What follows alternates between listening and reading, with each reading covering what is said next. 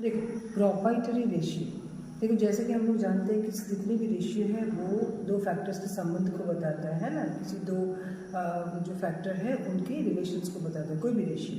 तो proprietary ratio जो है वो हमें किन दोनों के बीच का रिलेशंस को बताता है, इक्विटी का और टोटल एसेट्स का। ठीक है, मैंने पहले भी बताया कि जब भी आपको कोई रेशियो कैलकुलेट करने के लिए बोल रहा है तो देखना उसके नाम में ही कहीं ना कहीं फॉर्मूला छुपा हुआ है।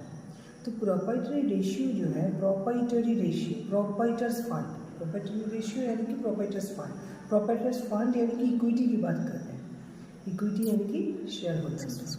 ठीक है, प्रोप्राइटरी रेशियो का संबंध किसके साथ है, इक्विटी के साथ। प्रोप्राइटर्स फंड, प्रोप्राइटरी रेशियो का संबंध है प्रोप्राइटर्स फंड। सबसे पहले याद रखोगे प्रोप्राइटर्स फंड, और प्रोप्राइटर्स फंड होता क्या है, प्रोप्राइटर्स फंड यानी कि शेयर होल्डर्स फंड यानी कि इक्विटी की बात कर रहे हैं।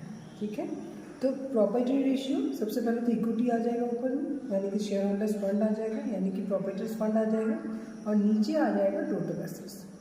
तो प्रॉपर्टी रेशियो जो है वो हमें रिलेशन बताता है किसका, इक्विटी का और टोटल एसेट्स का। ठीक है, इक्विटी और टोटल एसेट्स यानी कि share holders fund and total assets का। अब इसको विस्तार से समझो क्या है एक्चुअली, क्या बताता है। देखो हम जानते हैं कि टोटल एसेट्स और टोटल लायबिलिटीज क्या होता है, इक्वल होता है। ठीक है, और टोटल एसेट जो एक कोई भी बिजनेस है उसका जो टोटल एसेट्स होता है, उस टोटल एसेट्स को खरीदने के लिए जितना पैसा प्रोप्राइटर अपने से देगा उतना अच्छा है। मानो कि तुम्हारा एक बिजनेस है और उस बिजनेस में 10 लाख का एसेट्स है, तो ऑफकोर्स तुम चाहोगे ना कि उस एसेट्स का जो मेजर पार्ट है तो ज़्यादा से ज़्यादा एसेट तुम्हारे अपने पैसे से खरीदा है ना, और कम से कम तुम लोन में खरीदो, है ना, हर बिजनेस यही चाहेगा। तो प्रॉपर्टी रेशियो जो है ना वो आपको बताएगा कि टोटल एसेट्स का कितना पोर्शन प्रॉपर्टीज फंड से यानी कि ओनर फंड से खरीदा हुआ है। ठीक है, ये जितना ज़्यादा होगा यानी कि प्रॉपर्टी रेशियो जितना ज़्यादा होगा उतना अच्छा है। समझे, फिर से मैं एक बार बता रही हूँ, प्रॉपर्टी रेशियो जो है वो आपको क्या बता रहा है, वो आपको ये बता रहा है कि टोटल एसेट्स का कितना परसेंट प्रॉपर्टीज फंड से खरीदा हुआ है।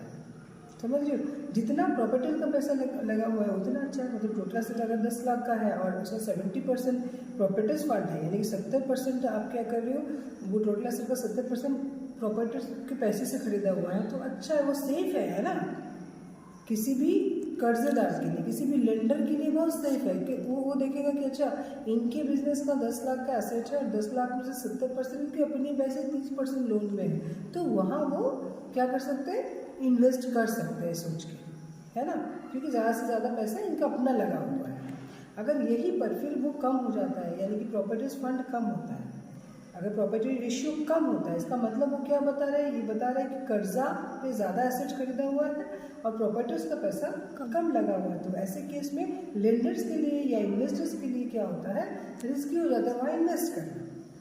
समझ रहे हो, सॉल्वेंसी रेशियो में प्रॉपर्टी रेशियो आता है, सॉल्वेंसी रेशियो में प्रॉपर्टी रेशियो आता है यानी कि लेंडर्स को चेक करेंगे, कोई भी आपके बिजनेस को लोन देने से पहले वो चेक करेंगे प्रॉपर्टी रेशियो, और जब देखेंगे कि प्रॉपर्टी रेशियो हाई है तो खुशी खुशी इन्वेस्ट कर सकते हैं, मतलब आपको लोन प्रोवाइड कर सकते हैं। और अगर देख रहे हैं कि प्रॉपर्टी रेशियो लो है तो इन दैट केस वो थोड़ा सा रिस्की होता है उनके लिए वहाँ पर लोन लेना।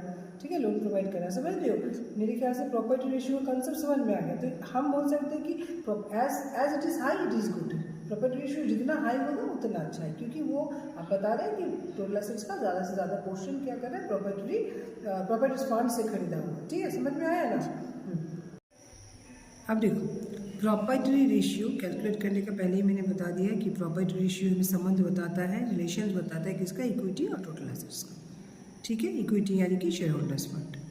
ठीक है, और टोटल एसेट्स यानी कि इसको मैंने इंटरप्रेट कर दिया है, टोटल एसेट्स यानी कि हम नॉन करेंट एसेट्स को लेंगे, नॉन करेंट इन्वेस्टमेंट्स को लेंगे, और करेंट एसेट्स यानी कि एसेट साइड के सारे आइटम्स ले रहे हैं। ठीक है जी, एक्सेप्ट फिक्टिशियस एसेट्स। ठीक है, सारी चीज़ें ले लेंगे, non current assets, non current asset, non current investment, current assets. और शेयर होल्डर्स फंड आप लोग जानते ही हो, शेयर होल्डर्स फंड में क्या क्या आता है, equity shares capital, preference capital, reserve and surplus. ठीक है, शेयर होल्डर्स फंड में क्या क्या आ जाता है हमारा, शेयर होल्डर्स फंड यानी कि इक्विटी, है ना, इक्विटी, और इक्विटी का मतलब इक्विटी में आ जाएगा हमारा equity share capital, equity share capital plus preference shares capital, preference share capital, ठीक है, प्लस आ जाएंगे सारे रिजर्व्स एंड सरप्लस,